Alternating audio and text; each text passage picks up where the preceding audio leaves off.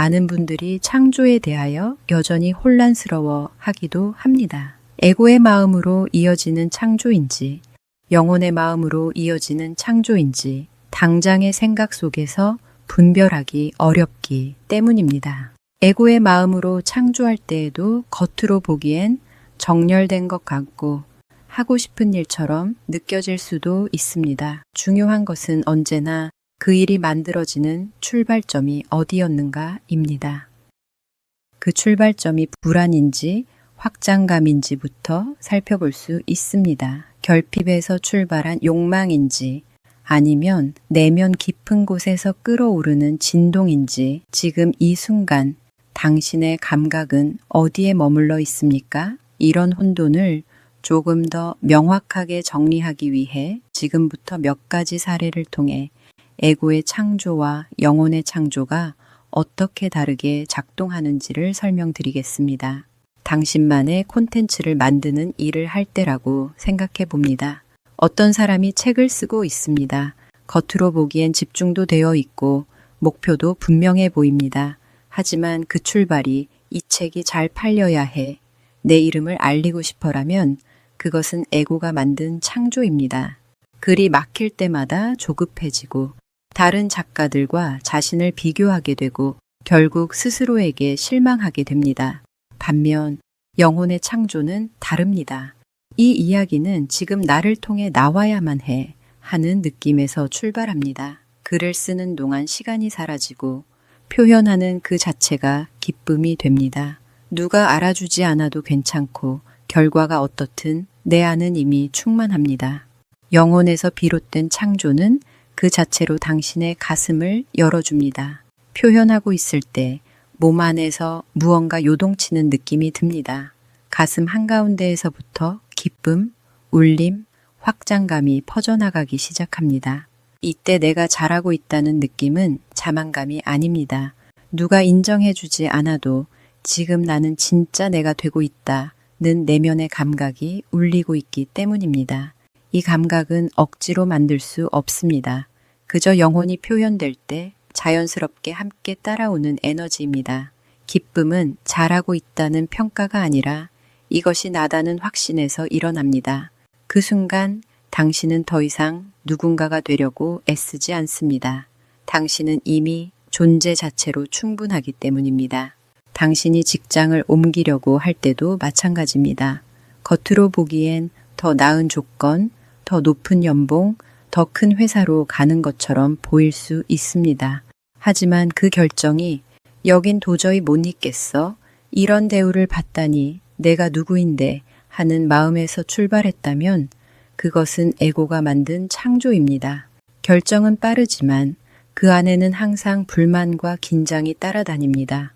새로운 환경에서도 곧 비슷한 문제를 반복하게 됩니다. 반면 영혼의 창조는 다르게 움직입니다. 지금의 나는 이 흐름을 벗어나야 할 시점이야. 이 방향이 나와 더 깊게 맞닿아 있어 라는 감각이 조용히 올라옵니다. 그 변화는 도망치기 위해서가 아니라 더 넓은 공간으로 자신을 확장하기 위해 일어납니다. 가슴이 고요하게 열리면서 막연한 두려움보다 알 수 없는 신뢰가 함께 따라옵니다. 이 감각은 무언가를 증명하기 위한 선택이 아니라 자신과 더 깊이 연결되기 위한 선택입니다. 실제로 자신의 진동에 맞게 흐름과 함께 다른 곳으로 이동하게 되면 실제로 당신은 예상했던 역할보다 확장된 역할의 제안을 받게 되거나 혹은 당신이 평상시 더 배우고 싶었던 것들을 그곳에서 더 자연스럽게 익히게 된다거나 당신에게 심적 여유를 더 일으켜주는 환경과 함께 하게 됩니다.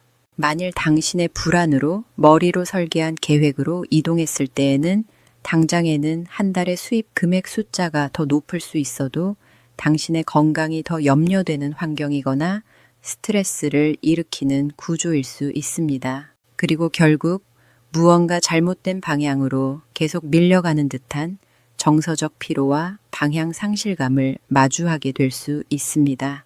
그럴수록 당신은 점점 더 이 선택이 맞는지 자신의 결정이 정렬되었는지를 확신하기 어려워지게 됩니다. 결국 얼마 지나지 않아 당신은 다시 한번 자신에게 묻게 됩니다. 내가 지금 이곳에 있는 이유에 대해서, 그리고 이곳에 정말 내가 원하는 삶이 깃들여 있는지에 대해서 말입니다. 우리는 사랑하는 관계 속에서도 얼마든지 자신이 원하는 방향으로 창조해 나갈 수 있습니다. 하지만 사랑하는 관계 속에서도 에고의 창조와 영혼의 창조는 전혀 다른 방향으로 작동합니다. 저 사람은 나를 채워줄 존재야. 이 사람이 나를 외롭지 않게 해줄 거야. 이런 생각으로부터 시작된다면 그 사랑은 에고가 만든 창조입니다. 당신은 끊임없이 상대에게 기대고 상대의 말과 행동에 따라 감정이 휘둘리게 됩니다.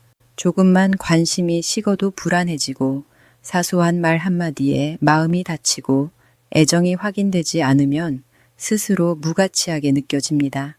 반면 영혼의 창조에서 시작된 사랑은 다릅니다. 처음부터 누가 채워주는 관계가 아닙니다. 그저 이 사람과 함께 있을 때 나는 더 확장된다. 이 관계 안에서 나는 더 나다워진다 하는 감각이 당신 안에서 올라옵니다. 이 사랑은 조건적이지 않고 결과에 대한 계산이 없습니다. 당신은 상대가 누구인지 보려 하기보다 내가 이 관계 안에서 어떤 파동으로 존재하고 있는지를 스스로 느끼게 됩니다. 그리고 그 감각은 무엇보다도 자유롭다는 느낌을 줍니다. 사랑이 당신을 가두지 않고 당신이 이미 누구인지를 더 선명하게 비춰주는 통로가 됩니다. 안타깝게도 아직까진 인류의식에서의 관계란 아직도 여전히 결핍된 다양한 감정과 맞물린 뿌리를 바탕으로 형성되고 경험되는 경우가 많습니다.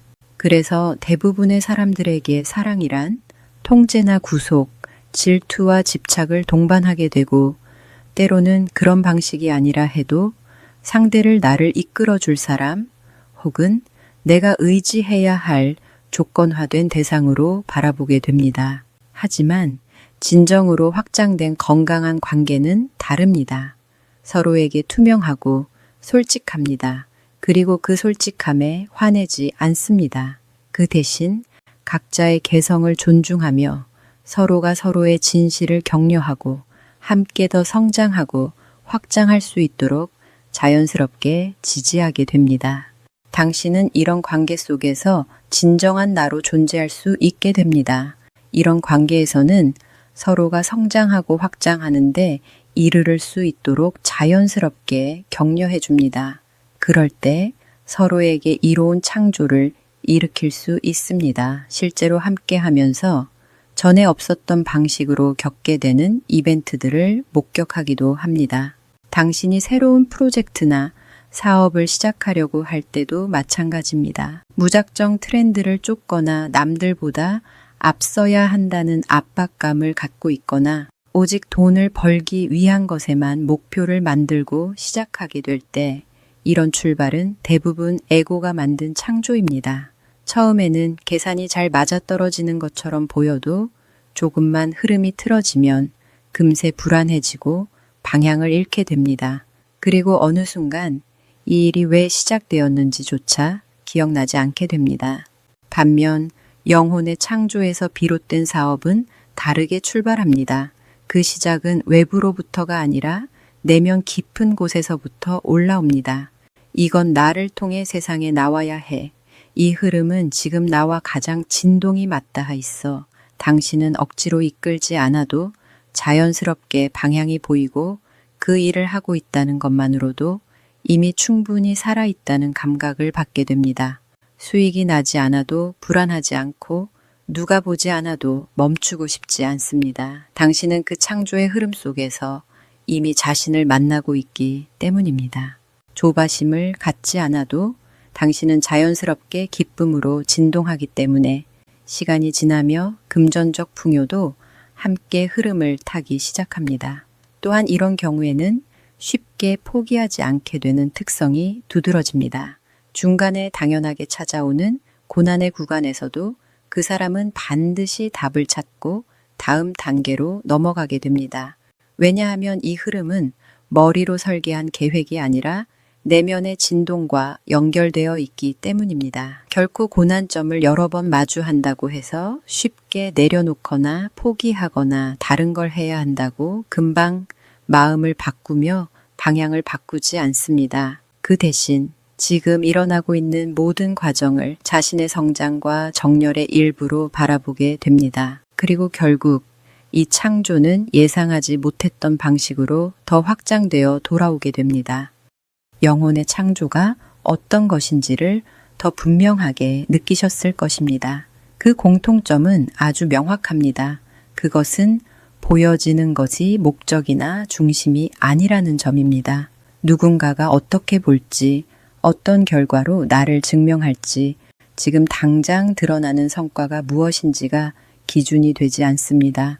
그보다 더 큰 목적이 있습니다. 바로 자기 발견입니다. 내가 추구하는 방향을 따라가고 내가 있어야 할 곳에 머무르게 되고 내가 이루고자 하는 뜻을 실현하는 과정으로 나아갑니다. 내가 누구인지, 내가 무엇을 살아내고 싶은 존재인지, 내가 왜 이 길을 걷고 있는지를 조용히 마주하게 됩니다. 그래서 영혼의 창조는 언제나 당신이 추구하는 방향으로 당신을 이끌어주게 되고 당신이 있어야 할 자리에 머무르게 하고 당신이 이루고자 하는 뜻을 실현할 수 있는 흐름 속으로 자연스럽게 연결시켜 줍니다. 이 뜻이 결코 당신이 가만히 있어도 알아서 되어진다는 뜻은 아닙니다. 당신은 추구해야 하고 나아가고자 해야 합니다. 자유롭게 상상하고 자유의지도 행해야 합니다. 원하는 열망을 품어야 하며 그것을 따르기로 선택해야 합니다. 이제 당신의 삶을 조용히 들여다볼 시간입니다. 지금 당신이 하고 있는 어떤 일, 어떤 선택, 어떤 관계든 괜찮습니다. 그것을 떠올리고 자신에게 아주 조용히 물어보세요. 나는 왜 이것을 시작했는가? 나는 무엇을 위해 지금도 이것을 계속하고 있는가? 내가 한 이 선택이 진정한 나로 느끼는 곳으로 이끌어주고 있는가?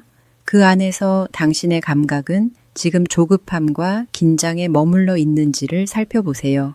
아니면 확장과 여유가 흐르고 있는지 느껴보세요. 영혼의 에너지가 진동할 때 숨이 깊어지고 마음 한가운데에 작은 미소가 피어나는 듯한 확장의 감각이 따라옵니다. 당신의 영혼은 그런 방식으로 자유로운 창조를 할 준비가 되었다고 지금도 신호를 보내고 있습니다. 본래 창조자로서의 본성을 회복하는 과정, 잊고 있던 이 본질을 깨닫기 위한 여정, 신과 인간 사이 잊혀진 지혜의 문 시리즈의 6번째 이야기였습니다. 영상이 도움이 되셨다면, 그리고 잊어버렸던 지혜의 문을 다시 열 준비가 되었다면 계속해서 함께 만나겠습니다. 시청해 주셔서 감사합니다.